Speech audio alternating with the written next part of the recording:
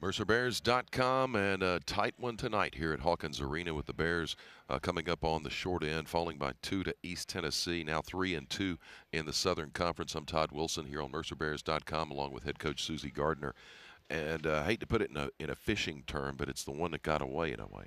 Well, it's the second one in a row that got away, and we've had a lot of close games this year. We've won a couple of them, but we've also lost a bunch of close games. And it comes down to, not necessarily the play at the end of the game, but some of the plays that happened in the first half, some of the layups that were missed, some of the rebounds that we didn't secure. So, I mean, we've got to, watch film and figure out these little things like denying their Bridges the basketball. That was one of our goals, was to deny her the ball, and we did not. But when she did, she didn't get a shot off. So we just got to, watch it and get back to basics. I thought our energy was good. I thought we never felt like we were out of the game. I thought our players played hard, but we're just losing close ones. Well, you had a couple of stops. Tiana Robinson had some stellar plays, 3 blocks in the game, almost flirted with a double-double, probably one of her better point games of the season. And still, you drove them down a couple of times to the end of the shot clock and stopped them. Just couldn't quite get that one play.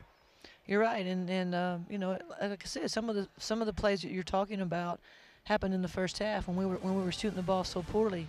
We shot the ball poorly, and so what we tried to tell them, and we told them several times, was to get to the rim. And we weren't driving on; we were settling for open jumpers. So we should have tried to get to the rim and then get to the free throw line. So a lot of things happened in the first half. Yeah, we're just showing some highlights of Tiana Robinson and then Kalia Lawrence, again the Cron's Freshman of the Week. A big game for her, although a little cold start, but she contributed a lot in terms of taking it there into the paint and then hitting some open looks from outside as well. Seems like, and then again the play of Precious Bridges closing the gap and just missing one at the buzzer. But Kalia has really stepped up her game and seems like she's really picking up on the program and the overall scheme of things. Well, I think she's starting to understand the college game. I think she's starting to understand what's expected of her. She's got a great body. She's strong to the rim, and that's what we need her to do more of, is to get to the rim, because she's also a very good free throw shooter. I thought she played the top of our press very, very well, got some tips and deflections and some layups. She's a special player.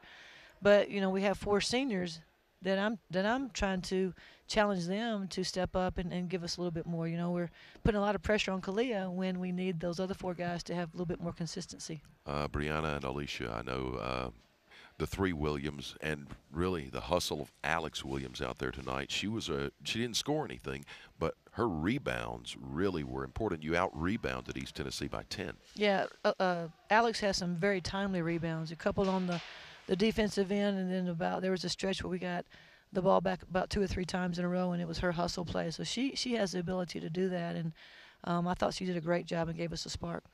Well, you step away from tonight, and let's talk about 2 important conference road games coming up with Chattanooga on the horizon, and they're now AP top 25. Right. I think it's great for the Southern Conference to have a team in the top 25 nationally. It's not the mid-major top 25, it's the for real top 25, and I think that's great for them. And Coach Foster obviously is a Hall of Fame coach, and Chattanooga has been the team in this league for many, many years.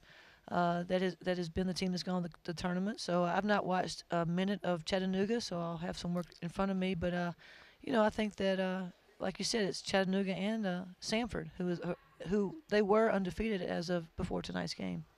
I'm not sure the final on that, but I know it's 2 tough opponents waiting on the road. I know you'll have your team ready, and what a big win it could be for the program to snap a 2-game skid by knocking off the #1 team.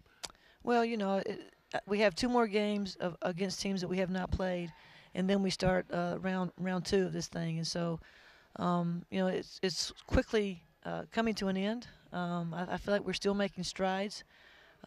We still have some things we need to improve upon, but we're making strides. Well, the next step comes at Chattanooga, and about a week and a half away from being back here at the Hawk. Coach Gardner, thank you, following a close one here at Hawkins Arena. All right, thank you.